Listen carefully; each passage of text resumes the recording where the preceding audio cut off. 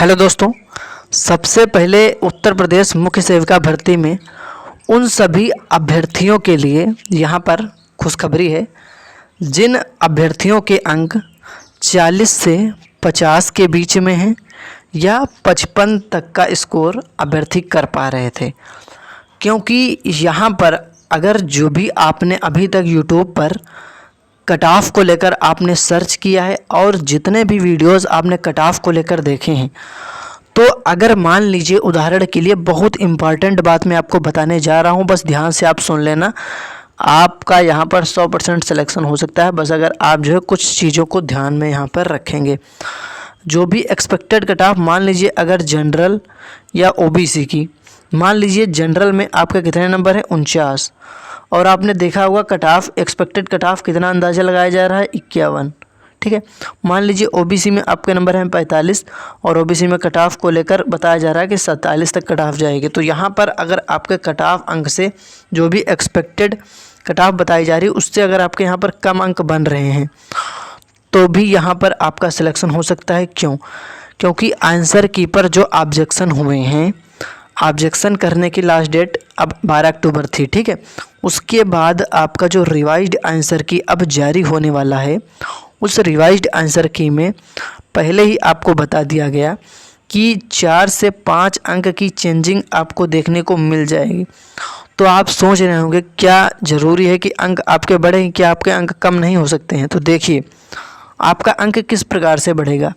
अगर 49 हैं, आपके 3 अंक अगर बढ़ गए तो आपका कितना हो जाएगा 52, और जनरल में 51 पर सेफ़ माना जा रहा है, तो 52 आपके हो जाएंगे। 51 पर सेफ़ है तो यहाँ पर आप डीवी में बुला लिए जाएंगे आराम से। इसी प्रकार से ओबीसी में अगर 45 से 3 अंक बढ़ गए तो 48 हो जाएंगे, और जबकि ओबीसी में 46 से 43 पर आप सेफ़ हैं। ठीक है, तो इस प्रकार से आपको क्या समझना है मैं आपको बता दूँ। कहने का मतलब ये है कि नॉर्मलाइजेशन की प्रक्रिया होगी या नहीं होगी? बिल्कुल होगी, 100% होगी। क्योंकि जब भी कभी मल्टीपल शिफ्ट में एग्ज़ाम होता है, यानी कि एक से अधिक शिफ्ट में जब भी एग्ज़ाम होता है तो नॉर्मलाइजेशन की प्रक्रिया वहाँ पर होती है, और नॉर्मलाइजेशन की प्रक्रिया में 1 से 2 अंक या 2 से 3 अंक आराम से आपको मिल जाएंगे। क्योंकि कुछ क्वेश्चन ऐसे थे जो टफ़ थे, किसी शिफ्ट में कुछ क्वेश्चन टफ़ थे, उस शिफ्ट के आधार पर जो ईजी शिफ्ट होगी, ईजी शिफ्ट के आधार पर हार्ड शिफ्ट का नॉर्मलाइजेशन होता है, और उसमें कुछ अंक आपके एक्स्ट्रा ऐड हो जाते हैं नॉर्मलाइज्ड स्कोर में। दोस्तों 2 से 3 अंक का भी फ़ायदा हो जाता है, 1 से 2 अंक का भी यहाँ पर फ़ायदा हो जाता है, और जो रिवाइज्ड आंसर की आएगी उसमें भी आपको चेंजिंग देखने को मिलेगी। तो कुल मिला के कट ऑफ आपकी कम होगी। जब कट ऑफ कम होगी तो यहाँ पर डीवी के लिए ज़्यादा से ज़्यादा स्टूडेंट्स बुलाए जाएंगे, तो जिसका डीवी सही होगा उसका ही सिलेक्शन यहाँ पर होगा। तो कुल मिला के आपके रिजल्ट को लेकर, रिवाइज्ड आंसर की को लेकर और कट ऑफ को लेकर यहाँ पर आपको बहुत महत्वपूर्ण जानकारी बताएंगे। वीडियो बहुत छोटा सा है, पूरा देखना। उससे पहले चैनल को सब्सक्राइब कर लीजिए, क्योंकि जो भी दोस्तों स्पष्ट जानकारी होती है वो सबसे पहले हमारे इस चैनल पर आपको प्रोवाइड करा दी जाती है। तो आप चैनल को सब्सक्राइब ज़रूर कर लें।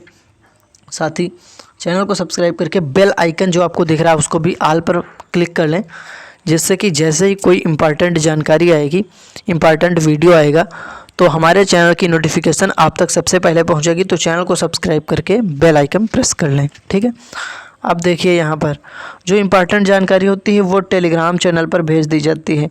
तो टेलीग्राम चैनल को ज्वाइन कर लें। टेलीग्राम चैनल की लिंक इस वीडियो के डिस्क्रिप्शन में और इस वीडियो के कमेंट बॉक्स में है। लिंक पर क्लिक करके टेलीग्राम चैनल को ज्वाइन कर लें। एक और महत्वपूर्ण चीज़, अब आपको व्हाट्सएप पर भी महत्वपूर्ण अपडेट मिल सकती है। इसके लिए आप हमारे व्हाट्सएप चैनल से जुड़ सकते हैं। व्हाट्सएप चैनल को फॉलो करने के लिए आपको व्हाट्सएप चैनल का लिंक इस वीडियो के डिस्क्रिप्शन में, इस वीडियो के कमेंट बॉक्स में व्हाट्सएप चैनल का लिंक है। लिंक पर क्लिक करें, व्हाट्सएप चैनल को फॉलो कर लें। काफ़ी ज़्यादा स्टूडेंट्स वहाँ पर भी जुड़ गए हैं। टेलीग्राम पर तो हज़ारों की संख्या में स्टूडेंट्स जुड़े हुए हैं ऑलरेडी। ठीक है, देखिए जो भी एवरेज स्कोर है 40 से 50 के बीच में है।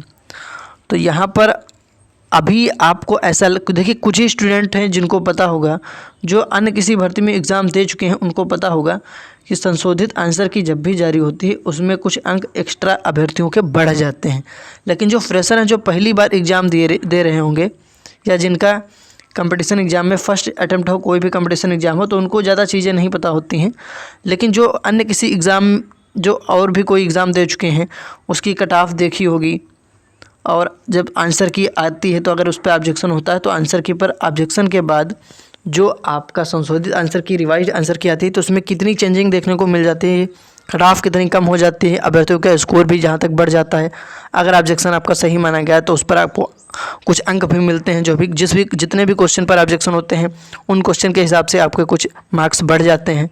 तो आपको पता होगा अगर आपने किसी और भी एग्ज़ाम दिया होगा, ठीक है। कुछ स्टूडेंट को नहीं पता तो उनको ऐसा नहीं लग रहा होगा। तो यहाँ पर देखिए जनरल के कैंडिडेट 51 से 53 तक ला रहे होंगे तो वो सेफ़ स्कोर में है, लेकिन अगर आपका यहाँ पर 48-49 भी बन रहा है तब भी आप अपने आप को सेफ़ मानिए, क्योंकि नॉर्मलाइजेशन में अगर आपका एक अंक भी बढ़ गया तो मान लीजिए 49 से 50 हो जाएगा। और अगर 2 अंक आपको मिल गए आंसर की पर ऑब्जेक्शन वाले, 2 अंक अगर आपके 2 क्वेश्चन वहाँ पर सही हुए तो 52 अंक आपके हो जाएंगे, आप सेफ़ हो जाएंगे। तो कुल मिला के जब आपको एक्सपेक्टेड कट ऑफ बताई गई जनरल, EWS और OBC अलग अलग कैटेगरी की, SC ST PH, तभी मैंने आपसे कहा था कि जितनी एक्सपेक्टेड कट ऑफ बताई जा रही है अगर इससे भी आपके 1-2 अंक नंबर कम हैं तब भी आप सेफ़ मानिए अपने आप को DV के लिए, क्योंकि यहाँ पर नॉर्मलाइजेशन में स्कोर बढ़ता है और ऑब्जेक्शन हुआ तो इसमें तो 100% चेंजिंग देखने को मिल जाएगी आपको। तो यहाँ पर अब हम बात करते हैं कि रिवाइज्ड आंसर की कब तक आ जाएगी। तो देखिए आंसर की पर ऑब्जेक्शन का टाइम था 12 अक्टूबर, तो अब हम बात करते हैं ये टाइम तो आपका जो है पूरा हो गया है। तो बात करते हैं रिवाइज्ड आंसर की कब जारी हो जाएगी। तो देखिए ये रिवाइज्ड आंसर की आपकी इसी अक्टूबर में ही आ सकती है। अब किस दिन आएगी इसकी अभी तक कोई डेट तो फिक्स नहीं हुई है, लेकिन इसी अक्टूबर के महीने में कभी भी जारी कर दी जाएगी। जिस प्रकार से देखा जाए तो बहुत ही तेज़ी चलेगी जो है आपकी भर्ती प्रक्रिया में, और माना जा रहा है कि आपकी भर्ती प्रक्रिया जनवरी तक हो सकता है कंप्लीट करा ली जाए अगर सब कुछ सही रहा। तो अगर ये देखिए अगर ये आपका अक्टूबर में ही अगर रिवाइज्ड आंसर की आ गई तो रिजल्ट आपका नवंबर में हो सकता है, और DV भी आपका जो है 15 से 20 दिन में हो जाएगा, क्योंकि ज़्यादा स्टूडेंट आपके नहीं हैं इसमें। तो आपका अगर सब कुछ सही रहा तो आपकी जनवरी तक जो है भर्ती प्रक्रिया कंप्लीट हो जाने की पूरी उम्मीद दिख रही है, ठीक है।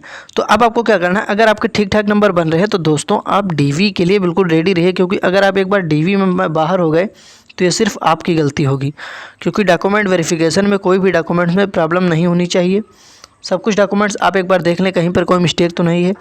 और कुछ लोगों का डाउट है कि EWS किस पक्ष का होना चाहिए, तो सीधी सी बात है, आपको दिया ध्यान में रखना है कि अगर शादी हो गई है तो पति पक्ष का रहेगा, ठीक है, और अगर शादी नहीं हुई तो ये आपका पिता पक्ष का रहेगा, ठीक है।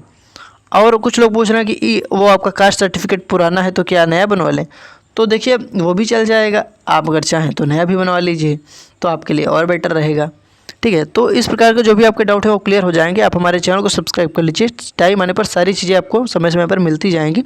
बाकी आपका कितना स्कोर है कमेंट करके बताइए, आपका 2-3 अंक तो आराम से बढ़ेगा आंसर की के अकॉर्डिंग, और बाकी नॉर्मलाइजेशन में बढ़ेगा। कमेंट करके बताइए आप अपना स्कोर। धन्यवाद।